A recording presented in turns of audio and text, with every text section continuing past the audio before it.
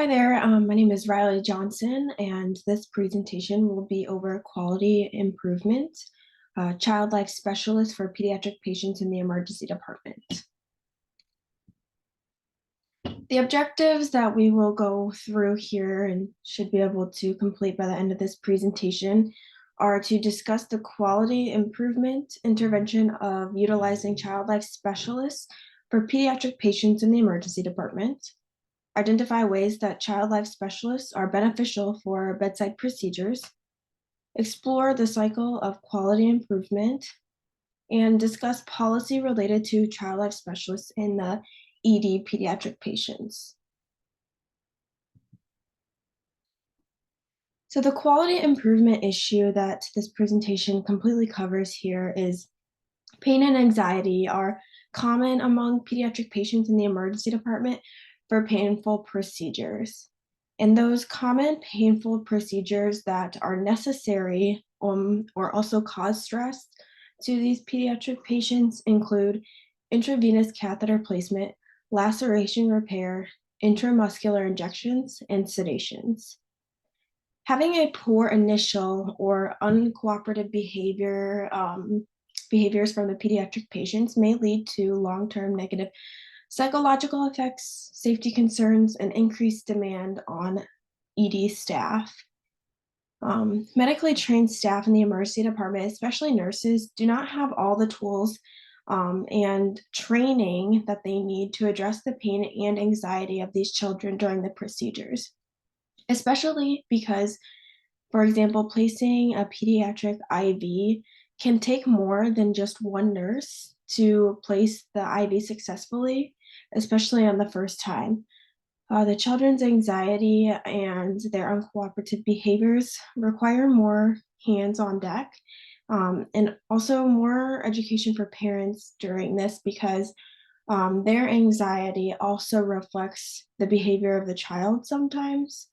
And one nurse or even two nurses can't do it all by themselves, can't do the job all by themselves. So having child life specialists there are the people who provide more support to the children and to the parents. And that way the nurses can hopefully successfully do their job the first time. The hospital that I work at, the University of Iowa Hospitals and Clinics, in the ED there, we do not currently have child life specialists that work in the ER specifically. So this would be the goal of the change in policy to get child life specialists in the emergency department there.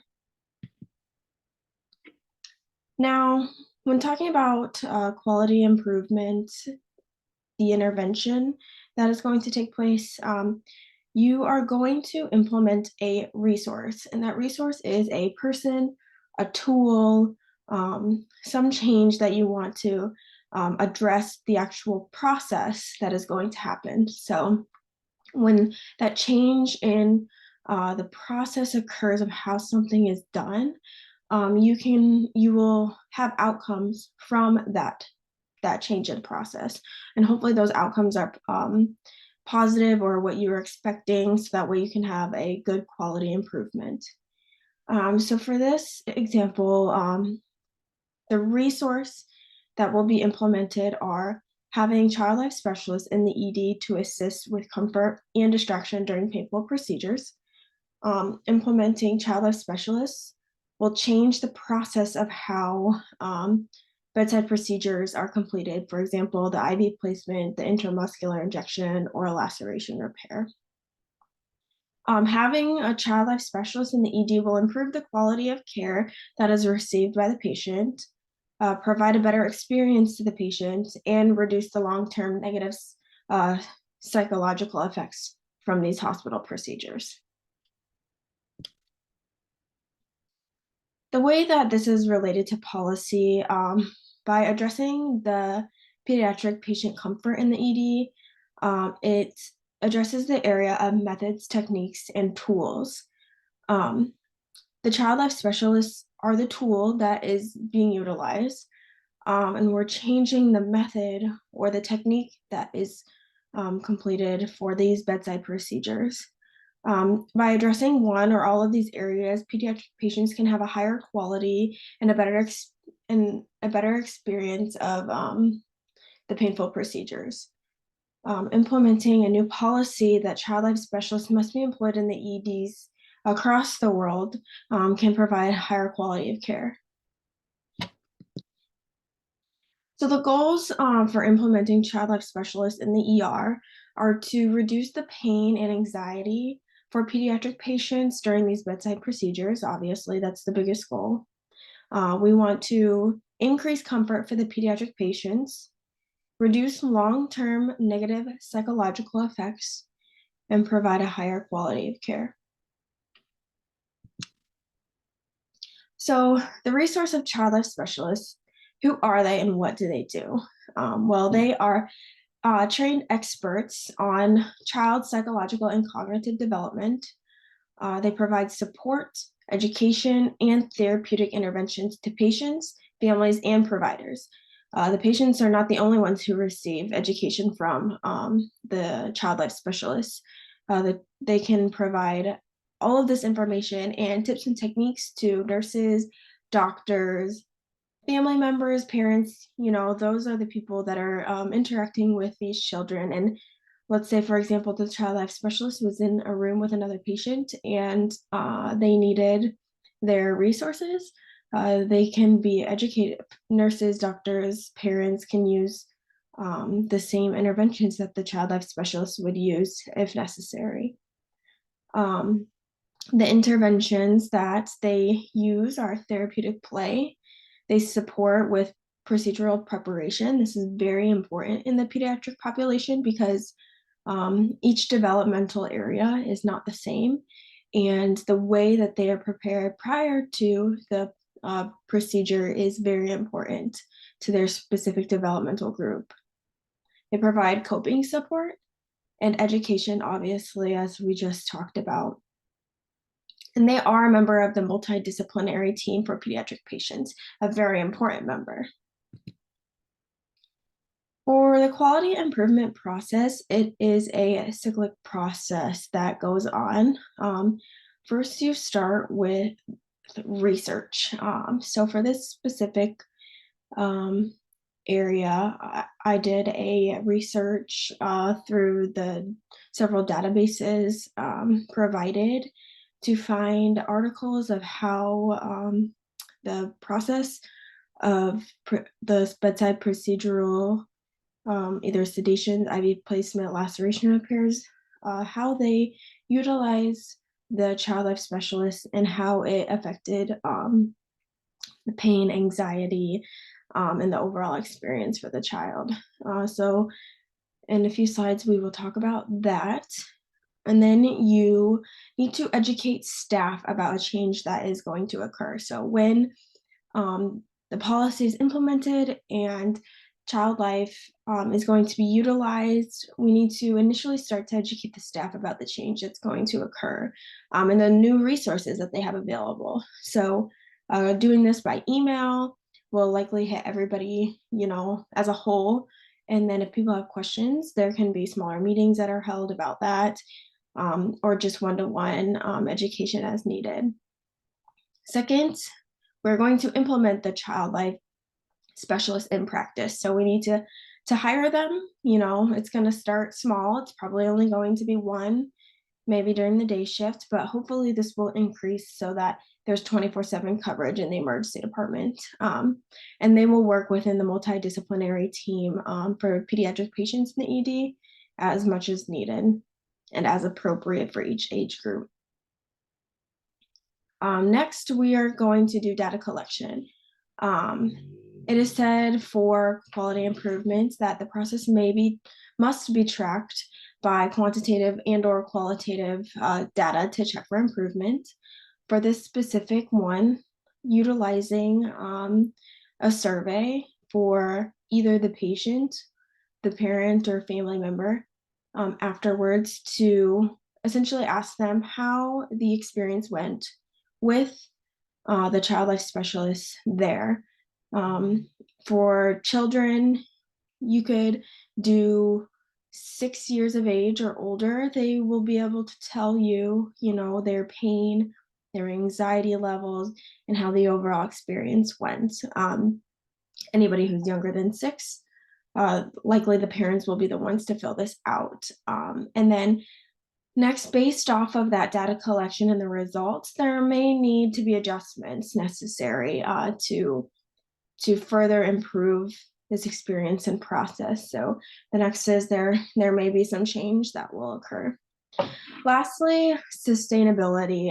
It's very important in all quality improvement processes because you want to make sure that the change that you made and the positive outcome that you have creates long-term sustainability. So creating a policy that includes child life specialists as necessary for long-term sustainability is very important. So that will be addressed as a final step.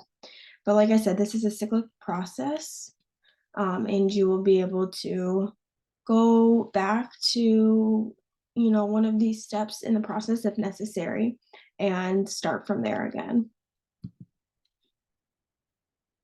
So for research that the child life specialists in the emergency department that I found here, they all support that there is a positive outcome utilizing child life specialists for bedside procedures. The first one found that child life specialist interventions provide long-term psychological benefits for pediatric patients during IV catheter placement. The long-term psychological benefits that occurred address the fact that the initial time that a patient experiences healthcare can be very scary. And if that's not addressed appropriately, it can cause high anxiety, not wanting to go to the doctor, associating negative effects of healthcare in general. So including child life specialists with this decreases those long-term negative psychological effects. Another research completed showed that child life specialist interventions for pediatric patients receiving laceration repairs in the ED had decreased emotional distress. This is the only one that I found on laceration repairs and child life specialist intervention. So this one was a good one to address the decrease in emotional distress. An additional research one showed that child life specialist interventions for pediatric patients rated lower levels of emotional distress, again, during IV catheter placement. But also that child life specialists who educated family members had more effective skills to assist with distracting and comforting their children.